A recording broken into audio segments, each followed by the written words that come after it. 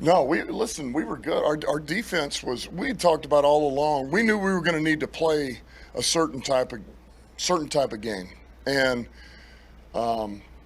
it didn't totally play out that way because of circumstance. But our defense was ready. If things didn't go right, our defense was fully ready to take the field and do what they needed to do. That was the mindset. And you don't walk onto the field, you sprint on the field, and you got to get a stop. And they did that, and they really set the tone for us.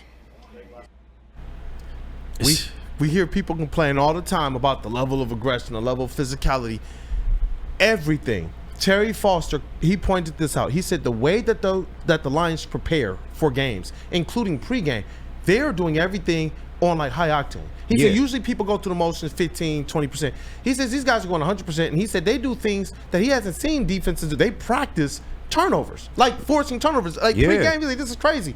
And then the comment that I think befuddles everybody. So the last segment where we were listening to all of the people who just can't wait to bury them because of what their logical eyes or their logical mind or their biased mind might tell them, Dan Campbell said something very subtle. We don't run on the field. You sprint. Damn right. You sprint. That is the on the hop, man, as my coach used to say. Everybody, bro. That's just what it is. And he talked about in another clip how, and even the new people that come in, they know what the deal is. That means that when you got the guys that buy completely in, especially when they know you're not going to fail them, because Jared Goff talked about we can believe everything he tells us. So now everybody knows this is the place to be. Dan Campbell and his coaching staff is putting them in the right spot, and they're going out there and they're executing, man. And they're doing all of the little things. That one little phrase for me, we sprint. That was everything. We don't walk. Yeah, I feel you. And what got me in that is he said everything didn't go according to plan. Bro, y'all held him to 9 points. Like, how did everything? Like, what more could have not went to? That's crazy. Anyway, but no, it's just attitude. A lot of people wanted to justify the Lions' defensive struggles with the injuries, which rightfully so. You need bodies. We were missing some of our best players on defense. But what kind of went under the radar is that we got a lot of guys back. Like, we got Anzo now this week, but we had guys coming back. We ended up getting Pascal back. We ended up getting, what's his name? Levi Onwuzurike. Yep. We ended up getting him back. We ended up getting some of our players back, and was it perfect? No, but I feel like because they were trying to use that injury narrative, I feel like that's undermining coaching a little bit, because the fact that AG goes out there every single week, he has these guys prepared, and the game plan that they executed against the Minnesota Vikings, I can't speak to it enough, because they absolutely took Justin Jefferson out of the game. They took Jordan Addison out of the game. And this is a team that relies on passing the football. Like I said, they were one of the league's top scoring teams, 33 points a game. You held them to 9 points when it mattered the most. Like, this Lions defense, they're prepared for anything, man, and they go out there, they show it every week. And listen, they can't always be perfect. It can't always be, peaches and cream. But the fact that they seem to take away, they take away points, man. They don't let teams get off in the red zone. I think that's a big key to why they're so successful. Yeah, definitely. And that is, we kind of pointed out those trends a little bit before we heard like some of the other narratives really start to understand it too. Aaron Glenn in the red zone is something special. Overall, what he did to the Vikings was a masterclass, but obviously the most consistent part of his defense is what he does in those red zones. Yeah. And obviously a big part of that is going to be how you're, not just the pressure that you're going to bring, but it was awesome the way he was able to manufacture that pressure going into the playoffs against the Vikings. And we'll talk about that later. Because I do want to ask you guys your feelings about that pressure. Is this something that you think can be repeated? But we got a few more clips that we do want to be able to get to from Dan Campbell first, as we continue to just kind of really bask in the Lions win and what it's meant for them, as well as what it's meant for the narrative. Yeah. And this is what I know. The narrative is always going to be against them. Always. And that's where I'm just like, okay, keep doing this, because when you talk about the stars and the dogs that the Detroit Lions have, especially on the defensive side of the ball, that's where people get into trouble. You keep thinking, oh, we can try and pick on this person or pick on that person. Man, we came in, I don't know how many down, how many injured players now? Yeah. 22 plus. And they keep proving in the secondary as well. Every single week. That's what I'm talking about. And so, JB Smooth, before we get to that next clip, man, I want to be able to get our booth in on this as well. the defense of the Detroit Lions and just kind of those small nuances that Dan Campbell and this organization has instilled in this team that helps them rise above what everybody else logically says should crush them. What up, Dokavasi? I mean, yeah, people were questioning the defense heading into the game, whether or not they were going to play up to the level that we expected them to. People were highlighting the chunk gains that San Francisco was getting on Monday night and the week before, but I like to look back and just see how they performed against Houston and other teams. Making adjustments and being prepared in game to handle whatever gets thrown their way. So I mean, AG, I told you and Sam when we were out at Hayes Social like week 2 or week 3 of the season, I thought Aaron Glenn was going to get poached for a head coaching job well into the early into the season. So to see him perform at the level he is, not surprising at all, and hopefully we continue to see this defense just get a little bit better and better each week. And not maybe that's with the schemes, or maybe that's with players coming back from injury, because we know we got guys getting healthy too. Yeah, what up, though, JB Smooth? I agree with Chase. You got guys getting healthy that should be back pretty soon. You got guys that are getting healthy that want to play right now, and Dan Campbell's probably just holding them back as it is, just because he wants to make sure that everyone is ready to go. I still don't know what he meant by the defense didn't go the way as we planned. I mean, as you said, you held them to 9 points. You sound like you with your final score prediction. Right. Did you want to hold them to 6 points? Did you want to hold them to a field goal? Let me know what the defense could have done. But for me, it was a masterclass. So no matter what team is across from us, this defense will be ready. Aaron Glenn will have this defense ready, and Dan Campbell has his full faith behind this defense as well too. And you know what? One of the signs that I love about this defense, just kind of tips the hand that the Lions are putting their players in the right position. Think about how many times they've had dropped interceptions. Yeah, a lot. They should have a lot more interceptions even as a from team. Darius Smith, wait, you got your linemen in position to get interceptions. That's the thing. When you look at what Aiden Hutchinson's been able to do, at least getting how many? Does he have 2 interceptions? I want to say 3.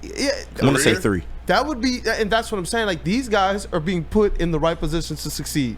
Kirby Joseph, Brian Branch, Ife Milifanu, even Terran Arnold. I mean, Robertson dropped one in the end zone, and that large part was also due to his style. He ran the routes for Justin Jefferson. Wait, talk to me, Chase GPT.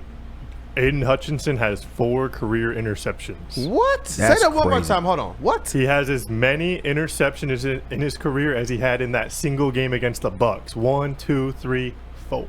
Wow.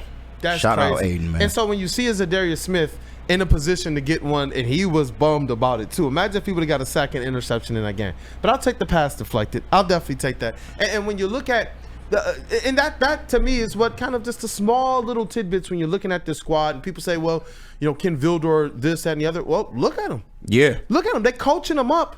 They're coaching these guys up. They're down like they were last year, and they're having much, much better results this year, man. Because they've been there. They've seen it. They've done it. They know the situations that they're putting their players in.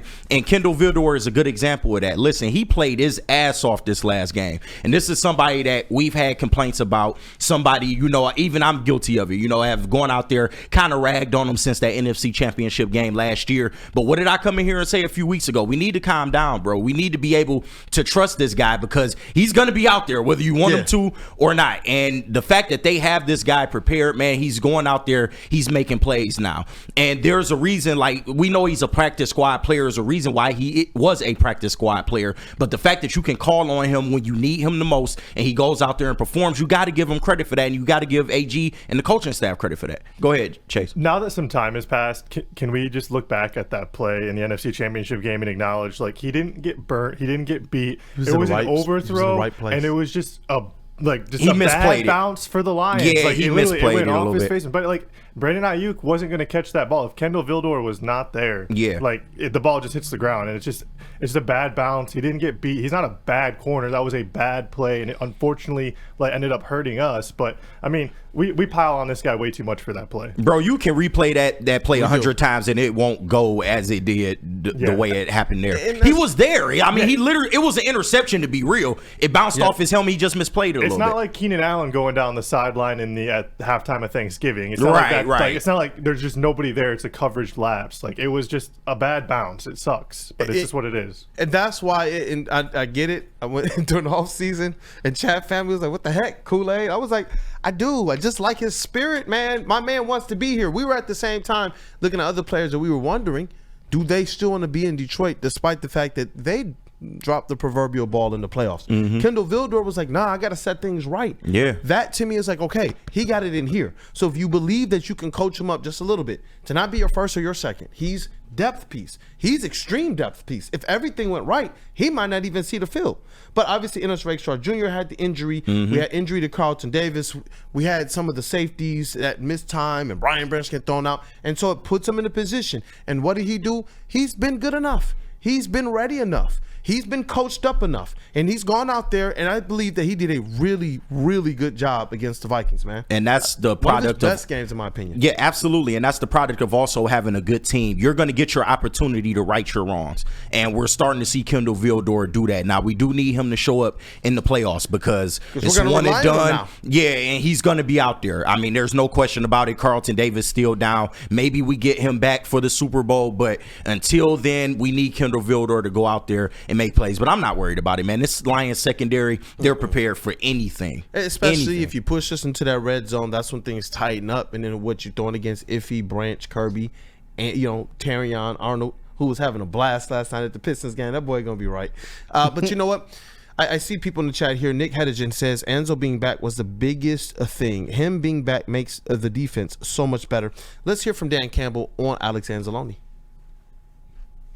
Yeah, it was huge. Look, I've said it before. He's really our quarterback on defense. He's our quarterback on defense, and he just brings. There's a lot of confidence. He brings a lot of energy. He can calm the storms.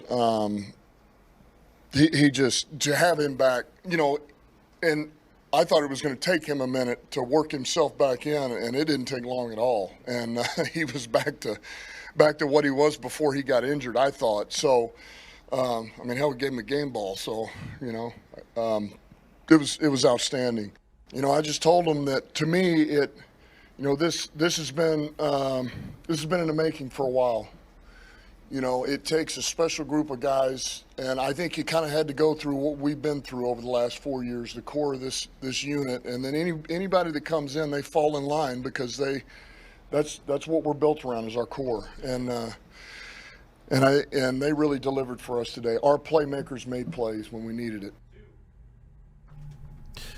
Man, our playmakers make plays when we needed it. There it is. This is the core. Everyone who comes in, they're around our core. The dogs, they step up. Alex Anzalone, the quarterback of the defense. Like, goodness gracious. And it was interesting to see him talk about Alex Anzalone because he looked like me blushing when I met my wife, bro. He was speechless. He was like, I don't know if it was that, but man, I mean, look, I don't know how to really put it. Love, sweetie, Queen Kool-aid. Yes, it was more than that. It was different than that. But just for an analogy's sake, you had different kind of butterflies. Yeah, but for an analogy's sake, you talk about what he means for this defense, and you can see it in the way that Dan Campbell was trying to respond in his face. And just what he actually said, the quarterback of this defense, man. And some of the things that they were able to do, you look at some of the stunts that Aaron Glenn was able to run with those linebackers, you need Alex Anzalone and Jack Campbell to do that, especially if you're missing guys like Malcolm Rodriguez, who, do I believe that they could have utilized that? Yes, because you look earlier in the season, they were using Malcolm Rodriguez like that. Absolutely. They were utilizing him. They were springing him as the linebacker to get into the backfield, and Jack Campbell setting the screens and such for him. So to see Alex Anzalone, Jack Campbell in there, and to just hear Dan Campbell talk about this team, the core of it, and how special they are, these are the things that I believe the haters who couldn't even wait for us to just celebrate the NFC championship win, the NFC North championship, these are the things that they're missing. And this move didn't get a lot of fanfare in terms of, okay, the Lions got Alex Anzalone coming back. It wasn't really big news, but they don't realize how much Alex Anzalone means to this defense, man. He, like I said, when he's there, he provides a calm, man. You know what you're going to get out of Anzo game in and game out. And it's so good to have a player like that on your defense that you don't have to worry about. You just send him out there with his assignment. He's going to do his job. He's going to make, everybody else on the field better. And man, and him going down was kind of a blessing in disguise for a Jack Campbell as well. You might have accelerated his development. He grew up a so little. yeah, man, because the job Jack Campbell has done with Alex being out, I don't think we should like glaze over that, man. Like he has absolutely stepped in and been able to be that green dot, and I think in a lot of ways accelerated his growth in terms of tackling, coverage, just all the things that they asked their linebackers to go and do. But having Anzo back, your best tackler on the team, a guy that can go out there, he can cover running backs out of the backfield, he can shut tight ends down, and he's great in the run game. You absolutely need that during a stretch where it's one and done now, man. He's going to play a pivotal role in the playoffs. Very, very, very pivotal role in the playoffs. And you think about another team when they're lining up and they're trying to decide, do we match fourth down calls with Dan Campbell? And you have a linebacker like Alex Anzalone there, especially in the red zone. It's just like, no, you're up against it. That's why the Vikings, in my opinion, looked as trash as they did in the red zone against the Lions. You're going up against the best safeties. I'm sorry, you're going up against, in my opinion, if he was healthy the whole season, one of the top linebackers in all of the NFL. And you're going up against a defensive line that Aaron Glenn was able to manufacture a lot of pressure. 10 quarterback hits, 2 sacks. They probably could have got a couple more, man. Yeah, and the fact that they don't always get home, but I always bring up the fact they make QBs uncomfortable. Yep. It's not like they're just sitting there. The only QB to really come in here and just have a field day was Josh Allen. And I mean, we talking about Josh Allen. By 6? Yeah, they Something did. like that? Yeah, I mean, the last I get score, I do understand they did score at the end, but let's be real. The Bills dominated us most of that game, and it's because Josh Allen was able to do just whatever he wanted. But you got to defend Josh Allen in a lot of different ways, so that just kind of speaks to why he had so much success. But no other quarterback is coming here and just been in the pocket for 6 to 7 seconds and just, oh, okay, I get to just, do my taxes and make a throw. Like, no, this Lions defense, although they don't get home a lot, like you said, the QB hits matter, the pressures matter in this case. And eventually they do get home, and it's always in a crucial moment of the game. And I can't stress that enough, man. And shout out to the job that they've done, man. I think Zadarius Smith, he's been great since that trade. Absolutely great. Levi in the middle, DJ Reader taking up 2 blocks,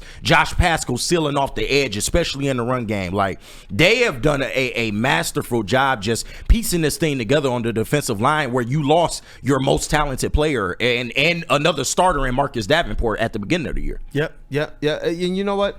Let's hear from Dan Campbell on the offensive MVP. So I would say, Alex Anzalone was definitely was one for high consideration to be MVP of the defense for that game. Led the team in tackles, and just overall, you heard what Dan Campbell had to say about him. Let's hear what he had to say about the offensive one. That's one Sonic, Jahmyr Gibbs.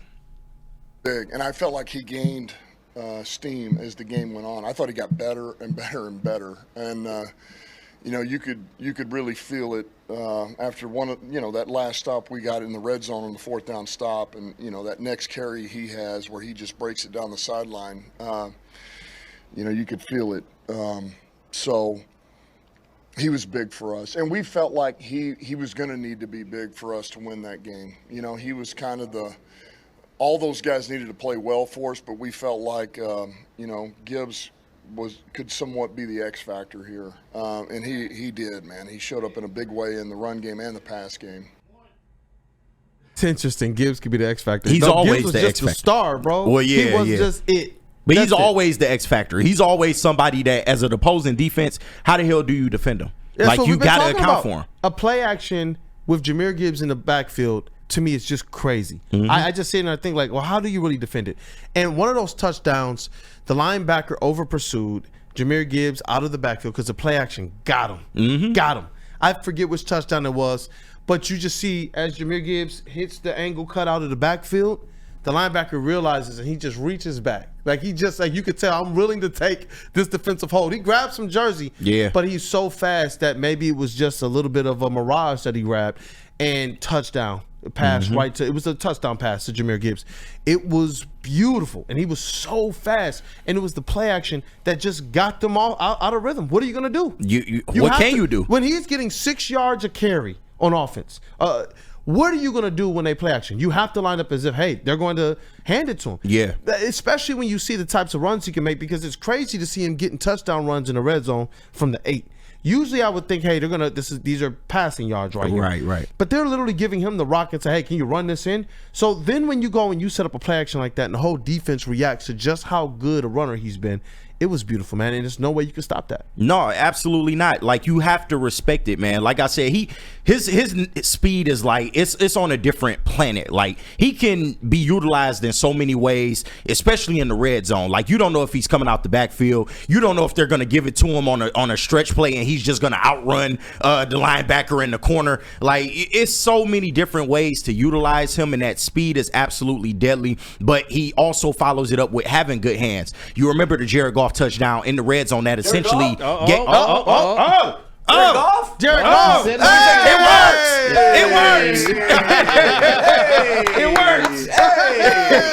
You know, when I came in and you were talking about speed out of the backfield, I assumed you were talking about Jared Goff. No, not on this case. Who are you guys Not talking mobile about? golf. Jameer You Gibbs? talking about Vanilla Vic? Oh, you were talking about Jameer Gibbs? Yeah, I was. Oh, well, Not mobile speed's golf. comparable. Speed's comparable.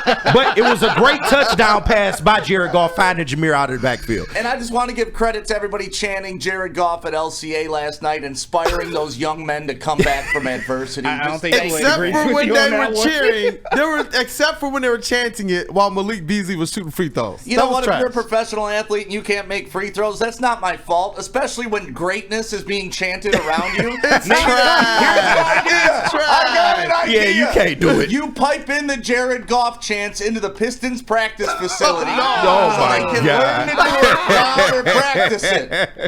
You can't do it while Malik was. Look, bro, they even put up on the Jumbotron last night. Jared, shh. Jared, shh.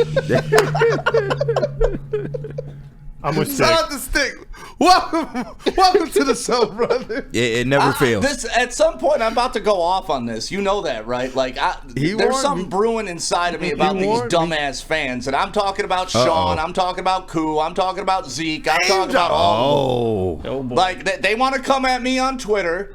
I'm going to put their little asses in their place. Name drop. So eventually, I'm going to fire back. Woo! Not today, Flamethrower. though. Not today, though. Pistons won, Lions win. We ain't here for that shit. Jabby Smooth.